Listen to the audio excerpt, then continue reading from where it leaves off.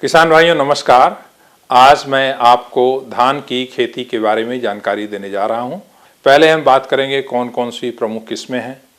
कम अवधि में पककर तैयार होने वाली किस्मों की बात करें जो 120 से 125 दिन के अंदर पककर तैयार हो जाती हैं, तो उनमें पूसा बासमती 1509 आप बहुत अच्छी तरह से परिचित हैं, पूसा बासमती 1692 और पिछले वर्ष विकसित किस्म पूसा बासमती 1847 शामिल हैं। पूसा बासमती 1847 1509 का सुधार करके बनाई गई है और इसके अंदर पत्ती का झुलसा और झोंका रोग नहीं लगता है। आप अच्छी तरह से परिचित हैं। किस्म की पैदावार बहुत अच्छी, पिछले वर्ष जो ही किसान इसे लगाए थे करीब 25 से लेकर के 28 से 30 क्विंटल प्रति एकड़ की पैदावार 1847 की आई है। तना बिल्कुल मजबूत होता है, गिरता नहीं है और पत्ती का झुलसा और झोंका रोग बिल्कुल नहीं लगता है, जिससे दवा के ऊपर जो खर्च प्रति एकड़ करीब 2000 से 3000 रुपये आता था उसकी बचत होगी। इसके बाद हम दूसरी श्रेणी में आने वाली किस्में जो करीब 140 से 145 दिन के अंदर पककर तैयार होती हैं, उसमें पूसा बासमती 1121, पूसा बासमती 1718 और पूसा बासमती 1885 शामिल हैं। पूसा बासमती 1718 सुधरा हुआ रूप है पूसा बासमती 1121 का, जिसके अंदर पत्ती का झुलसा रोग नहीं लगता है। उसी तरह से पूसा बासमती 1885 भी 1121 का सुधार करके बनाई गई है, इसमें पत्ती का झुलसा और झोंका रोग नहीं लगता है। तीसरी श्रेणी है उन किस्मों की जिनको पककर तैयार होने में करीब 155 से 160 दिन का समय लगता है। इसमें पूसा बासमती 1401, जिसको हम पूसा बासमती 6 के नाम से भी जानते हैं, और इसी का सुधरा हुआ रूप पूसा बासमती 1886 है, जिसमें पत्ती का झुलसा और झोंका रोग बिल्कुल नहीं लगता है। तो ये प्रमुख किस्में हैं जिनके बारे में मैं आपको बताना चाहता था। इसके अतिरिक्त मुच्छल की श्रेणी में पूसा बासमती 1637 आती है, जिसके अंदर झोंका रोग बिल्कुल नहीं लगता है।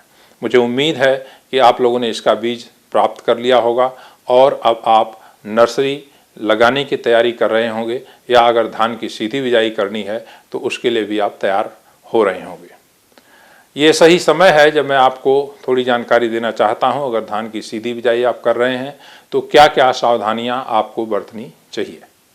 जैसा कि आप जानते हैं, जब हम धान की सीधी बिजाई करते हैं तो इसमें पानी की करीब 30 से 35% बचत होती है। उसी तरह से धान की रोपाई में प्रति एकड़ जो 3000 रुपये से 4000 रुपये का खर्चा आता है उसकी भी बचत होती है, और साथ ही साथ जो ग्रीन हाउस गैस का उत्सर्जन होता है उसमें भी करीब 35% की कमी आती है। लेकिन धान की सीधी बिजाई में क्या क्या सावधानियां हमें बरतनी चाहिए, क्या क्या समस्याएं आती हैं, उसके बारे में थोड़ी सी मैं चर्चा करना चाहूँगा। सबसे बड़ी समस्या आती है धान की सीधी बिजाई में खरपतवार के नियंत्रण की। उसके अतिरिक्त कई एक बार जो है इसमें जो लोहा तत्व है उसकी कमी होने की आशंका होती है, जिसमें फसल पीली पड़ती है शुरू की अवस्था में। धान की सीधी बिजाई की खेती अगर करना है तो उसमें क्या क्या सावधानियां हमें बरतनी चाहिए, इसके बारे में थोड़ी सी जानकारी मैं आपको देना चाहता हूं। पहली बात, किस तरह से इसकी बुआई करें और बुआई से पहले हम बीज का उपचार कैसे करें।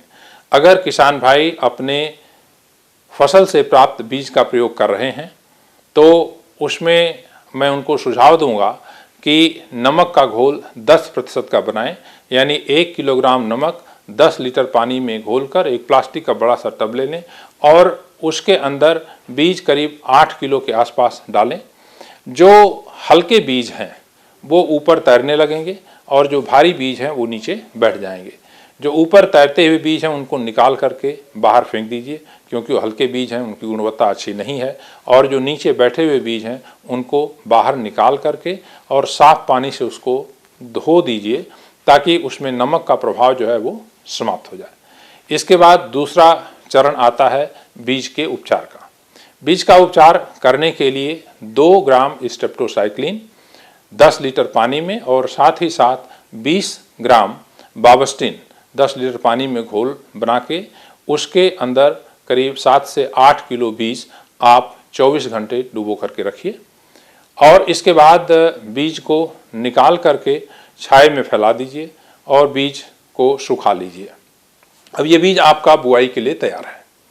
धान की सीधी बिजाई के लिए खेत की तैयारी कैसे करें, तो इसमें 2 तरीके होते हैं। एक विधि जिसको हम तर बतर विधि कहते हैं, तरबतर विधि में गेहूं की कटाई के बाद जो भी खेत में नमी उपलब्ध है उसी नमी का प्रयोग करते हुए, अभी हाल में बरसात भी हो गई है तो खेत की आप अच्छी तरह से जुताई कर लें। जुताई करने के बाद उसको लेजर से अच्छी तरह से समतलीकरण कर लें। इसके बाद हम खेत में पानी लगाते हैं और जब खेत में बत्तर आ जाता है तो खेत की हम जुताई करके खेत को बुआई के लिए तैयार करते हैं। बुआई का जो सबसे उचित समय है वो करीब 25 मई से लेकर के 10 जून के बीच का है। अगर धान की सीधी बिजाई करनी है तो 10 जून के बाद आप न करें, क्योंकि उसके बाद बरसात जब आ जाती है तो खरपतवार का नियंत्रण बहुत अच्छी तरह से नहीं हो पाता है और बुआई करने में भी आपको दिक्कत आएगी। तो जैसा कि मैंने बताया, आप खेत में पानी लगाइए, बत्तर आ जाने के बाद उसकी जुताई करके और फिर हल्का सा पाटा लगा दीजिए। फिर उसके बाद सीड ड्रिल के द्वारा, लकी ड्रिल जो आता है उसमें कूण से कूण की दूरी करीब 8 इंच के आसपास होती है और बीज की गहराई जो बुआई के इसमें हमको रखना है 1 से 1.5 इंच की रखना है। बुआई कंप्लीट होने के बाद हम तुरंत जो है एक दवा आती है पेंडिमिथिलिन, करीब 1200 से लेकर के 1500 मिलीलीटर दवा 200 लीटर पानी में घोल करके 1 एकड़ में इसका छिड़काव करिए। तो ये प्री इमरजेंस हर्बिसाइड है जो खरपतवार जो ही आएगा इसके संपर्क में आते ही खरपतवार नष्ट हो जाएगा। अब इसके बाद करीब 20 से 22 दिन बाद आप दूसरी दवा, एक बार तो आप उसमें पानी सिंचाई करिए, पहली सिंचाई 20 से 22 दिन बाद करिए अगर बरसात नहीं होती है तो। और इसके बाद फिर नामनी गोल्ड या बिस्पेरिवैक्स सोडियम जो दवा आती है उसका आप छिड़काव करें, तो इससे जो खरपतवार हैं वो समाप्त हो जाएंगे। ये कुछ प्रमुख सावधानियां हैं जो हमें विशेष रूप से ध्यान रखनी है अगर हम धान की सीधी बिजाई कर रहे हैं तो।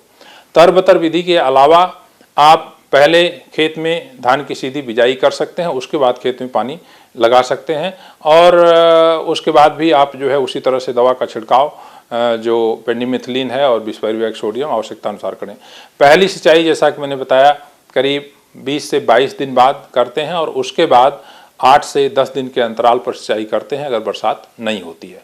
एक विशेष ध्यान आप रखें कि बुआई के तुरंत बाद अगर बरसात हो जाती है तो एक पपड़ी बनने की संभावना हो जाती है, उसमें अंकुरण में कई बार दिक्कत आती है और ऐसी स्थिति बनती है तो उस समय आप खेत में हल्की सिंचाई कर दें तो अंकुरण अच्छी तरह से हो जाएगा। ये कुछ प्रमुख बातें थीं जो कि धान की सीधी बिजाई के संदर्भ में मैं आपसे साझा करना चाहता था और रोपाई के लिए पौध की तैयारी किस प्रकार से करें उसको हम अगले अंक में आपके साथ चर्चा करेंगे। बहुत बहुत धन्यवाद।